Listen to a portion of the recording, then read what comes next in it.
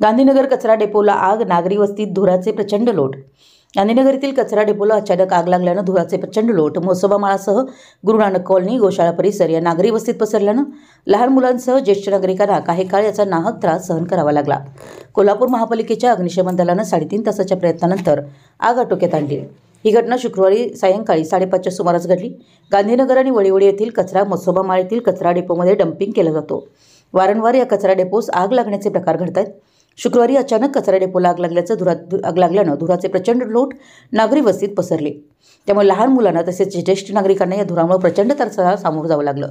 ही घटना सरपंच संदीप पाटोळे, उपसरपंच विनोद हजुरानी, ग्रामपंचायत कर्मचारी नितीन माळी यांना समजताच त्यांनी घटनास्थळी धाव घेऊन कोल्हापूर महानगरपालिकेचे अग्निशमन दलास पाचारण केलं।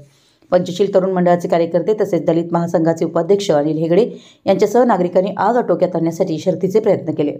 ग्रामपंचायत अधिकारी विजय पाटील यांनीही याकामी मार्गदर्शन केलं। आग आटोक्यात आल्यानंतर धुराचे प्रचंड लोट परिसरात पसरले होते। कचरा डेपोला वारंवार लागणाऱ्या आगीमुळे स्थानिक नागरिकांचं आरोग्य धोक्यात आलं असून त्यावर कायमस्वरूपी उपाययोजना करून घनकचरा प्रकल्प कार्यान्वित करण्याची मागणी जोर धरू लागली आहे। विशाल क्रांती वृत्तसेवा, गांधीनगर।